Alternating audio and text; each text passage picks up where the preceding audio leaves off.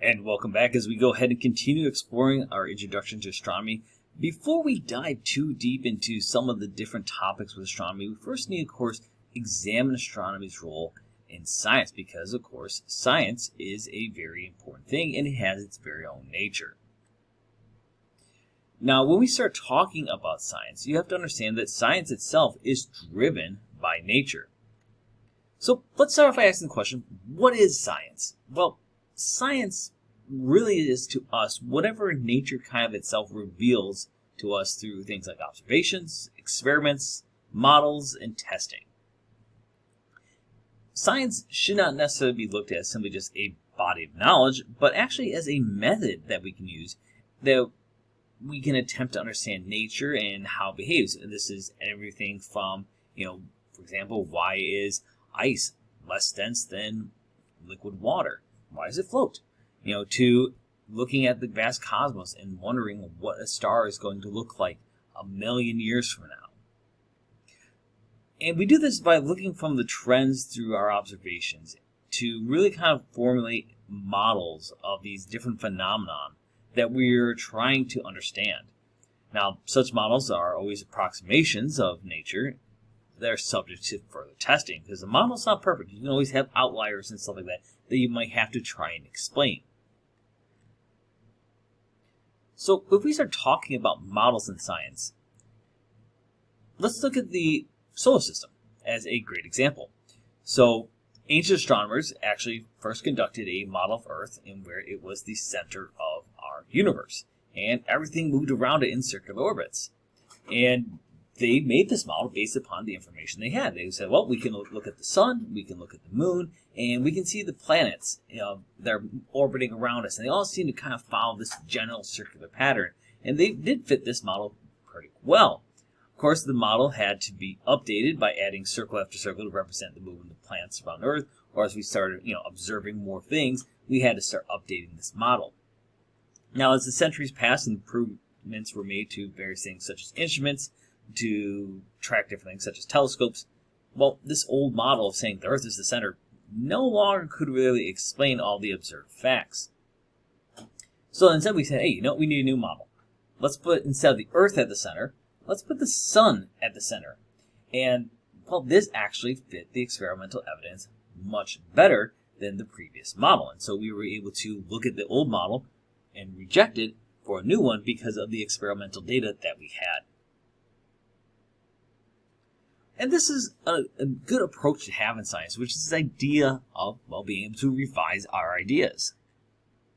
When ideas are first proposed, whether they're models or an idea, we a lot of times we're referring to these as our hypotheses, right? We're proposing something here. And you may think, well, with astronomy, we've kind of figured everything out. There's no new hypotheses. We know everything is known about the cosmos. Well, that's not accurate to say because there's still plenty of discussions recently, and occasionally, sometimes those discussions can be somewhat controversial. For example, we can talk about the huge chunks of rock and ice that may have hit Earth in its early development that are responsible for life because it added liquid water. There's different conflicting theories about this. Also, another thing, about dark energy. Well, there's strong evidence for vast quantities of it making up the bulk of the universe, but scientists don't really have a convincing explanation for what exactly dark energy is. There's some working theories and stuff like that, but we don't have anything concrete.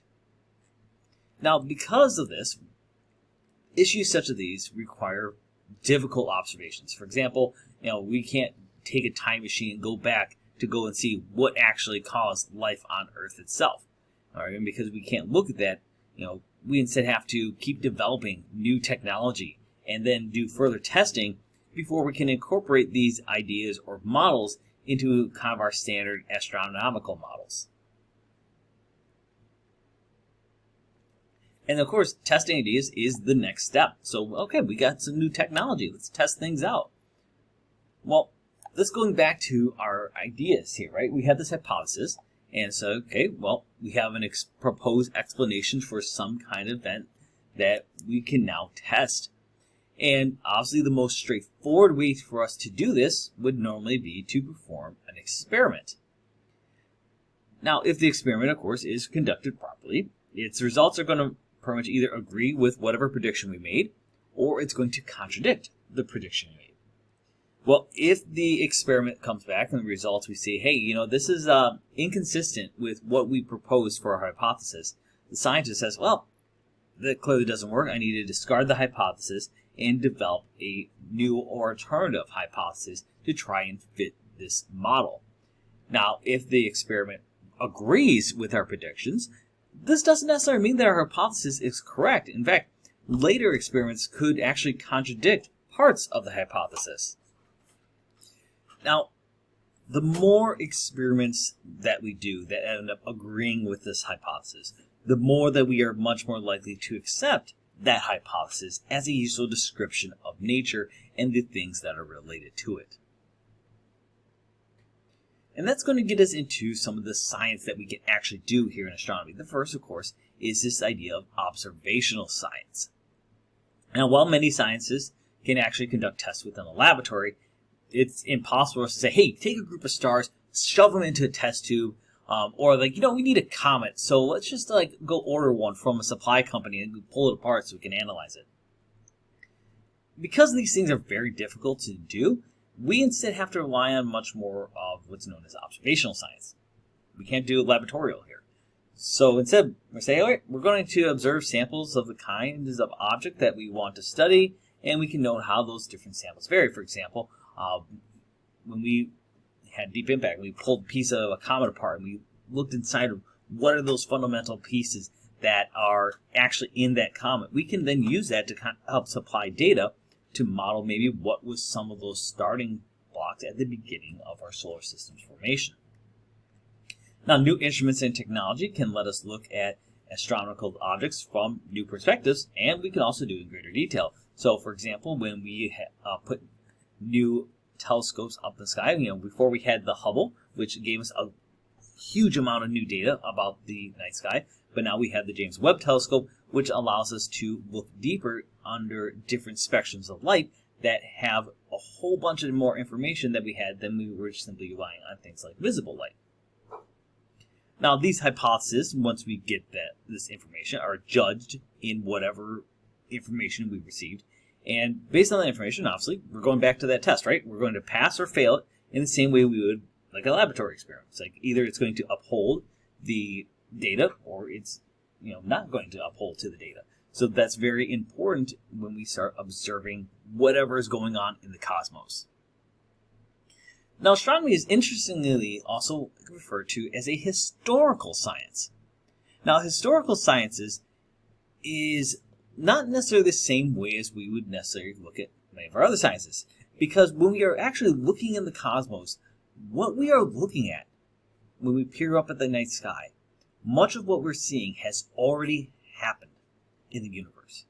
And there's nothing we can do to change it. So, for example, when we go and we see, for example, a supernova, that happened long time ago. It's not something that just happened. Even if we were to watch a star go supernova and explode in real time here on Earth, that explosion actually happened so long ago that it's because of the great distance it took for that light from that star to reach us that we're actually looking back in time, which is probably the reason why we can use some of the things like some of our telescopes and stuff to peer back in time, because we can actually use that journey of light to help tell a story.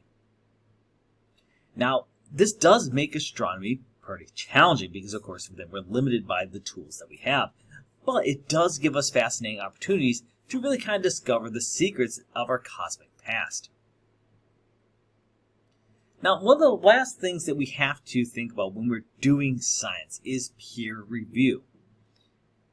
Scientists spend a great deal of time obviously questioning and challenging one another through a very extensive process known as peer review, which is a careful examination by other scientists in the same field. They're going to say, hey, I have this idea, I tested it out, here's some data. And then their peers are going to say, okay, great, let's take a look at it and see if we can find any fallacies, any flaws, any assumptions that are incorrect. Because in science, we want things to improve. We want things to become more explained. We're trying to figure out the secrets of how the world works. And so everyone's encouraged to really improve upon the experiments and to challenge these hypotheses to see if there is something that doesn't fit within the models that we have. Now, new scientists know that obviously one of the best ways to advance their careers is to find a weakness in our current understanding of something and to challenge it with a new or modified hypothesis that's going to really kind of shake the norms of what we expect.